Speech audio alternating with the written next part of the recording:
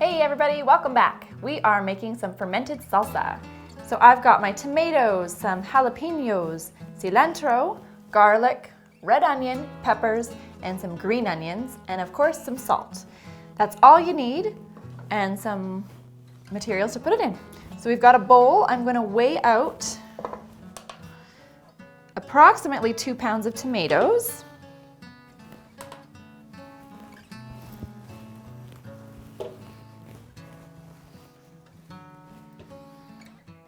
All right, so we've got just about what we need here, but because I'm adding some extra peppers, it should be just enough. All right, I think we'll be fine.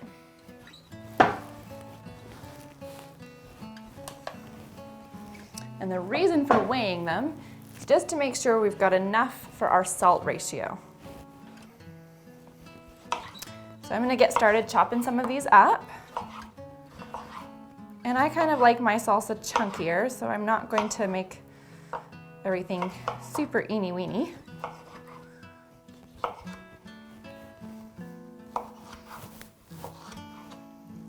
And this salsa is really awesome because it's great on its own, but it also makes an instant guacamole if you just add a few tablespoons to some mashed avocado.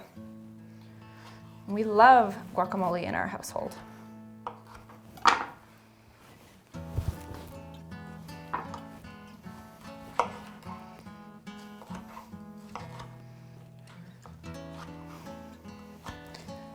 Started with chopping some cilantro and other veggies too, just to get the various colors going on there.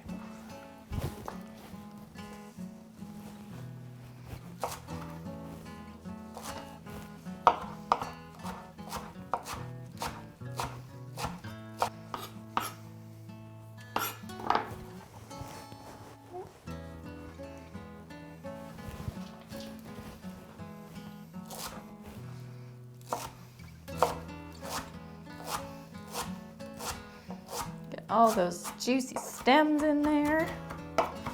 If you aren't a cilantro person, you can still make this salsa without the cilantro.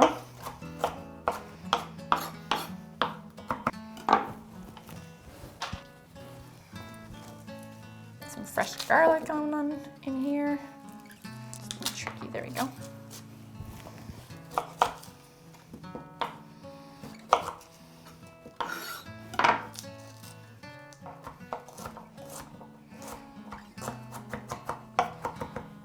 So the benefit of having fermented salsa, again, is that if you like salsa, you'll be getting the flavor of salsa with the benefits of having probiotic bacteria. So that means when you have it with your meals, you're going to aid your digestive process, support your immune system, and get more nutrition from the salsa versus a canned or even an unfermented salsa that's fresh. Those awesome lactic acid producing bacteria are going to start to make all kinds of enzymes, change your minerals to ionic forms.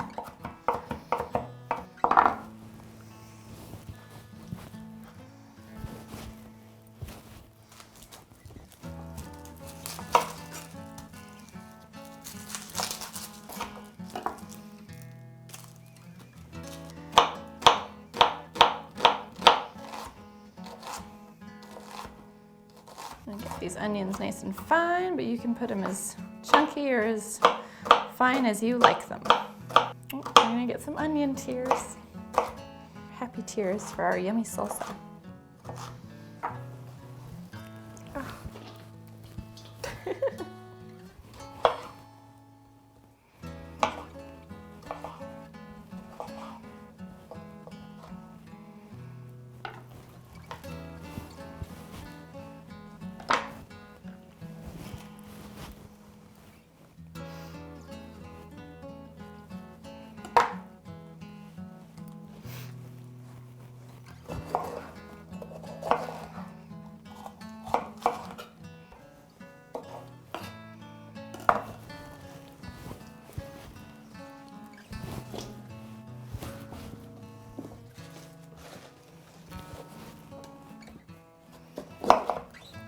We're gonna chop up the rest of these veggies here.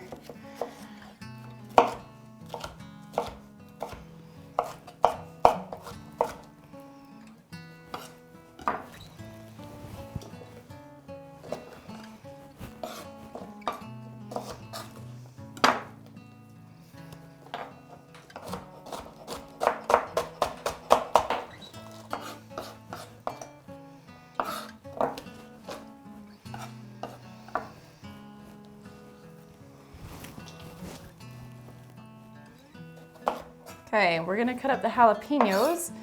Now remember, when you are chopping jalapenos, if you get an itchy eye or nose, it's probably best to go and wash your hands first before you start touching your face, or you might have an unpleasant experience.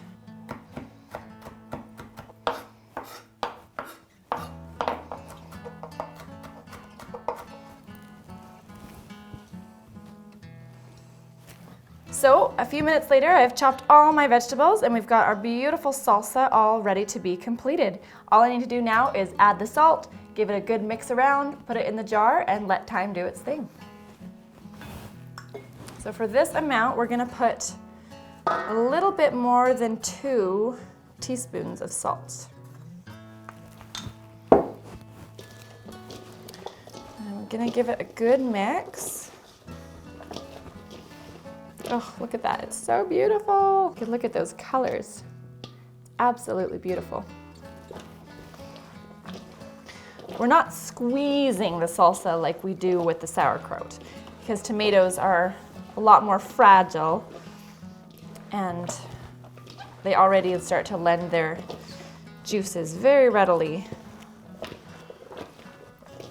We're more just mixing.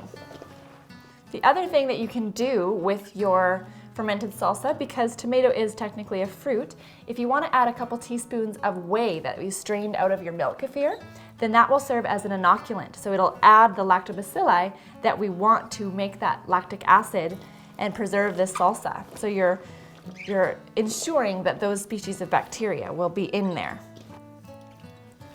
So I'm gonna grab my jar and my handy dandy funnel and just start to fill that up. Now you might need the back of a wooden spoon, or if you have a handy mallet, so you can really pack this down.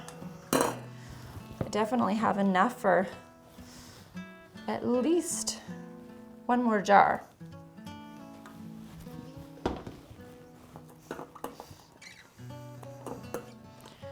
All right. So with salsa, as you sit on the counter, sometimes the tomatoes tend to float at the top, so at least once a day I might come take a spoon and sort of push it down.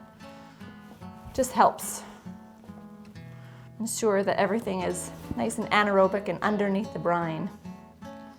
Still want to leave enough headspace that it has room to expand, because it will expand. Perfect. I'm going to pop a lid on that and sit it on the counter for a few days. Again, it'll probably be ready in 4 or 5 days and able to go in the refrigerator and be consumed at that point, or stored for a few months, if you can let it wait that long. And that's fermented salsa. Thanks, everyone.